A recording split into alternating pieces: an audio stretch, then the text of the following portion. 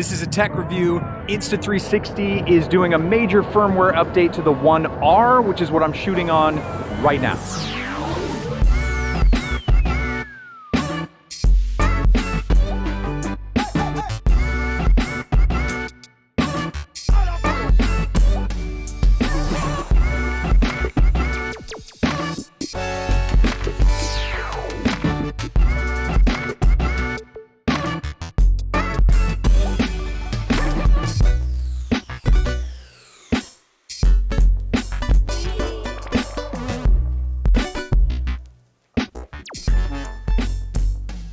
Right, this, right there. This is the Insta360 One R, but you know that. This camera's been out a year, so why am I even doing this? Well, Insta360 is putting out a major firmware update today. So I'm gonna go over all the functionality that will add. Also, right now, Insta360 is running a promo. If you buy the 4K and 1-inch edition, you can get 10% off and a free battery. So you can use my link in the description to go get that if you want. I took this camera out with me golfing. Okay, we're here. And on a little adventure to collect some wreckage from a fighter jet that my grandpa bailed out of in 1953. Someone found the site and we went there and got a bunch of wreckage. Real quick, I just want to do an overview of this camera. The big thing everybody talks about when they talk about the One R is it's modular. It's cool, but not for the reasons you might think. I mean, it's not like you only have to carry around one camera that does three things. I mean, you've got these other two lenses, basically, that you have to carry around with you. And actually, going through the process of like taking off the battery and pulling it apart and, you know, putting another one on there. How does this even, what the F? Oh. And then, you know, putting another piece on and snapping. Oh, I put it on the wrong way, so okay, all right. And then putting, you know, the battery back on, snapping, okay, now it's put together. All right, just that process is a little bit more annoying than just like grabbing your other camera that's already got a card and a battery in it. It's not more convenient, really. The thing that's really nice about this modular design isn't convenience, it's cost savings. I had a Rilo 360 cam, scratched up the lens, had to buy a whole new camera. I bought this GoPro Max. If I do put this in some harm's way type of shoot and I scratch the lens, I've got to buy a whole new GoPro Max. This is $400 right now. So instead, what Insta360 has done is they've made this thing modular. Let's say I totally scratch this 360 lens. Well, I could buy another one of these for $199. So $200 instead of $400 to get a whole new GoPro Max.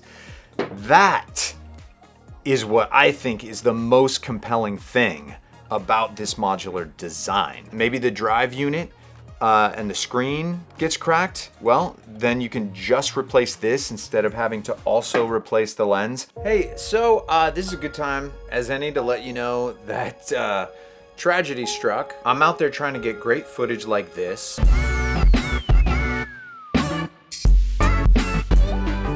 And this.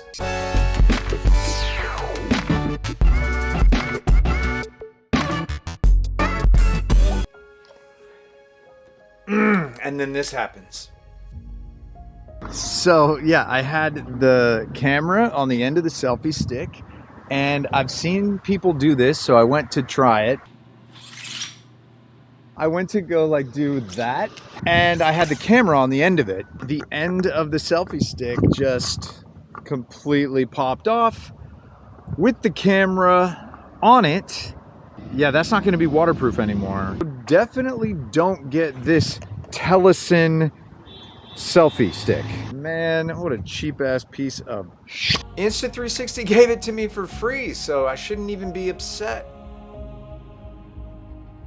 on with the show. All right, so let's talk about the firmware update. Of course, they gave me a version of it. It's not perfect, but let me tell you about the things that I got to play with that I'm most excited about. There is a quick capture mode. Quick capture, that's cool. All you have to do is hit the record button for 2 seconds. The camera turns on and instantly starts recording.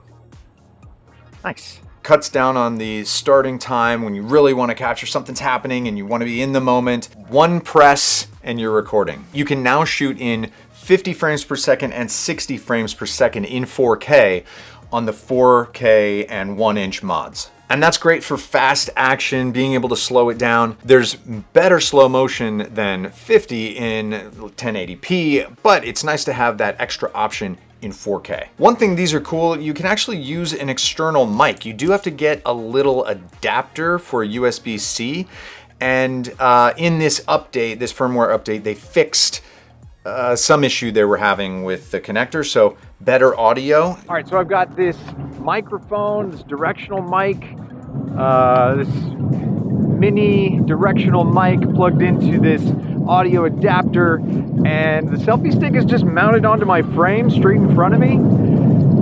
I think the stabilization is gonna look pretty good, and I hope you can hear me well. It's pretty windy in my ears, but who knows? Maybe it'll sound pretty good. Not sure how fast I can go and still be able to vlog and talk, so this is a good test. There's a 6x speed on time shift now, so that'll give you faster time lapses plus smaller file sizes. There's a multi-view with the 360 option, so you can record yourself and your scenery at the same time. It's also compatible with their Rode remote. I don't have this thing, so I didn't test it, but you can also use your phone, but it probably does take a little bit more battery to connect over Wi-Fi to your phone, so you're draining that quicker. So if you want a remote and don't want to use your phone and get better battery life, now you can use their Rode remote.